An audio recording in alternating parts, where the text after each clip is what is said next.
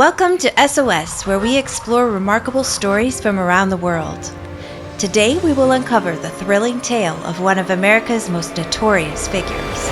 Aimee Semple McPherson's life is a tangled web of fame, faith, 3 marriages, and scandals that created a storm of controversy and intrigue. Fasten your seatbelt as we explore the electrifying and captivating life of this one-of-a-kind evangelist and media celebrity who lived over a century ago. Aimee Elizabeth Kennedy was born in the small Canadian farming community of Salford, Ontario on October 9, 1890. When she was 17, she wandered into a revival meeting and met Robert Semple, a Pentecostal missionary from Ireland. She was impressed and moved by the service, but she also fell in love with the preacher. Robert and Aimee were married shortly after.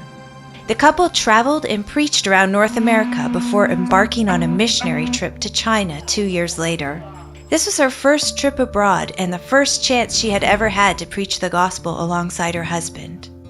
Unfortunately, they both fell ill with malaria during the trip. Robert never made it back from Hong Kong after contracting a fatal case of dysentery. However, Aimee recovered and gave birth to their daughter, Roberta, named after the father she would never meet. On a trip to New York City, she met an accountant named Harold McPherson, and they were later married in 1912. Their son Rolf was born shortly thereafter. Aimee settled down as a housewife to raise her 2 children, but she later described feeling very discontented and unsettled. One day in 1915, Harold returned from work and discovered that Aimee had left him and taken the children. She had taken the car and become a roadside preacher, stopping in towns and hosting prayer and revival meetings. A few weeks after leaving, Harold received a letter from her explaining what she had done and inviting him to join her on the road. Harold went to meet her and asked her to return home, but he soon realized that she was happy preaching and she was very good at it. He traveled with her for a little while and helped set up the tents, but he became increasingly homesick and ultimately filed for divorce on the basis of abandonment. Meanwhile, Aimee's ministry grew by leaps and bounds, spanning the breadth of the United States and attracting hundreds of people. She would stand in the back seat of her convertible car and preach using a megaphone, even developing a reputation for faith healing. In 1918, Aimee, alongside her mother and children, made it to Los Angeles and decided to make it their permanent home. They rented the Philharmonic Auditorium, with people lining up outside for hours to attend her services. Eventually, they raised enough money to construct a sizable domed church building in the Echo Park area of Los Angeles. Named the Angelus Temple and dedicated in 1923, this became the centerpiece of the church that Aimee founded, the International Church of the Foursquare Gospel. The building could seat 5,000 and was known as the most significant Christian congregation in the world. A huge lit-up cross rotated on the roof, which could be seen 50 miles away. People from all over the country and the world would come to Los Angeles to attend Sister Aimee's services. In 1922, Sister Aimee became the first woman to preach a sermon over the radio, and only the second to be granted a broadcasting license when she started the Foursquare Gospel Church radio station. According to early church records, the temple received 40 million visitors in the first 7 years. Sister Aimee embraced the Hollywood lifestyle and dyed her hair blonde, and she starred in what she called illustrated sermons, featuring full musical numbers, costumes, lighting, and a 200-voice choir. After being detained for a traffic violation, Sister Aimee delivered a sermon called Arrested for Speeding. Dressed in a police uniform, Aimee sat on a motorcycle and blared the siren inside the Angelus Temple. She reportedly drove the motorcycle up an access ramp to the pulpit, put her hand in the air, and cried out, "Stop! You're speeding to hell!" Many celebrities attended these services and befriended Aimee, including Charlie Chaplin, who could still appreciate the showmanship of Aimee's services, although he was an atheist. He told her, "Half of your success is due to your magnetic appeal, half to the props and the lights. Whether you like it or not, you're an actress." She believed in film's potential to reach people for good and promote Christianity, often appearing in newsreels alongside film stars like Mary Pickford and Frances Perkins. The church did a lot of charity work to provide for physical as well as spiritual needs. Sister Aimee preached that true Christianity is not only to be good, but to do good. Remembering her early experiences with the Salvation Army, she opened a commissary at Angelus Temple that offered food, clothing, blankets, and supplies to anyone in need. It's estimated that this charitable work fed almost 2 million during the Great Depression. Later, when the state government shut down the free school lunch program in Los Angeles, the Church of the Foursquare Gospel took over. They also mobilized to help after disastrous floods, fires, earthquakes, and other seeming acts of God. Aimee also insisted on racial integration at her tent meetings and church services, and frequently worked with Hispanic and Black ministries in Los Angeles. Despite great fame and fortune, Aimee's life was plagued by scandal and turmoil. The biggest scandal and mystery surrounded her disappearance in May of 1926. Aimee was swimming at a beach near Santa Monica when she just disappeared. Her mother told the police that she must have drowned, and after taking on Aimee's evening service, she ended the sermon saying that Aimee has gone to be with Jesus. An extensive search followed, with divers attempting to retrieve her body. There were seaside vigils from her devotees. Some mourners even dived into the waves to help her, never to return. People from all over the country reported sightings after her mother publicized a cash reward. Some even sent ransom demands to the Angelus Temple. None of these claims were upheld, so it was assumed that she had drowned, and they even held a memorial service for her. However, 5 weeks later, Aimee staggered out of the Sonora Desert in Mexico, claiming that she had been kidnapped and held prisoner. In the hospital, she told police that a couple had approached her on the beach and asked her to heal their child.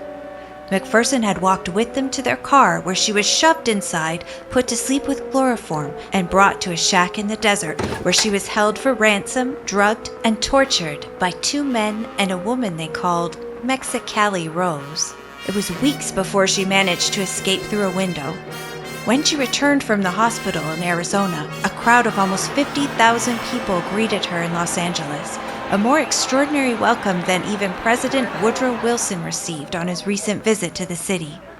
The Los Angeles police and prosecutors were not convinced by this story. They claimed it to be a publicity stunt.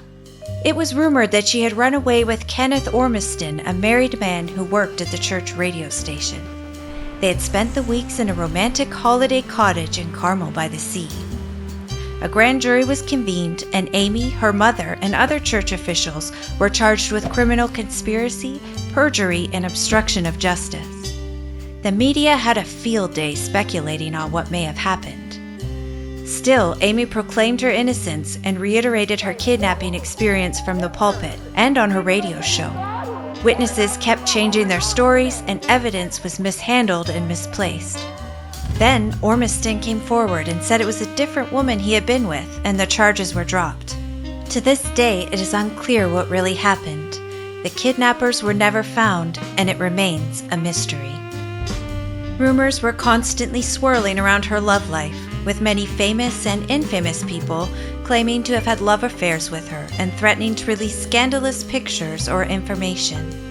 Even comedian Milton Berle wrote in his autobiography after Aimee had been long dead that they enjoyed a passionate love affair. Sister Aimee went so far as to hire chaperones to follow her around and ensure that nobody could accuse her of improper behavior. In 1931, she married David Hutton, an actor and musician who had performed in her musical church services. The ceremony took place in secret, with Aimee broadcasting the news on her own terms by inviting the press into their honeymoon suite the following day while the newlyweds enjoyed breakfast. Have I got a beautiful bride? Well, I'm very, very happy. I feel that I'm the most happy person in all the world. She was happy with David for a few months, but this was short-lived. David started calling himself Aimee's man in his cabaret shows, and photographs emerged of him with scantily clad women.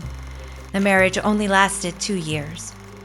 Then, on September 27, 1944, while on a preaching tour of Oakland, California, Sister Aimee's son Rolf went to her room and found her unconscious with a bottle of pills on her bedside table.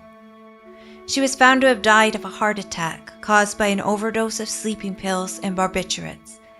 She had called her doctor the previous day and complained of feeling unwell, so it was ruled most likely an accidental overdose. Sister Aimee's death was mourned by what seemed like the entire city of Los Angeles. Over 45,000 people waited in long lines to pay their respects to her while her body lay in state inside the Angelus Temple for 3 days. She was then buried in Forest Lawn Memorial Park Cemetery in Glendale, California. Although the hype peaked almost a century ago, Sister Aimee's remarkable life story has left a lasting influence. The Angelus Temple still stands and gained status in 1992 as a National Historic Landmark. While still in use as a church today, the problem of poverty continues.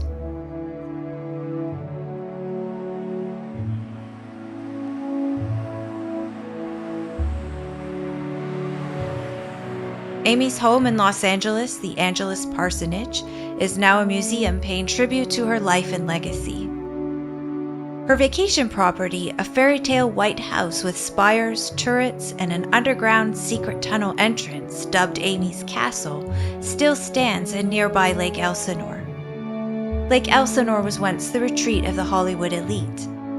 Along with Aimee's home, there are still some beautiful historic buildings, including the Chimes bathhouse, which is rumored to be haunted.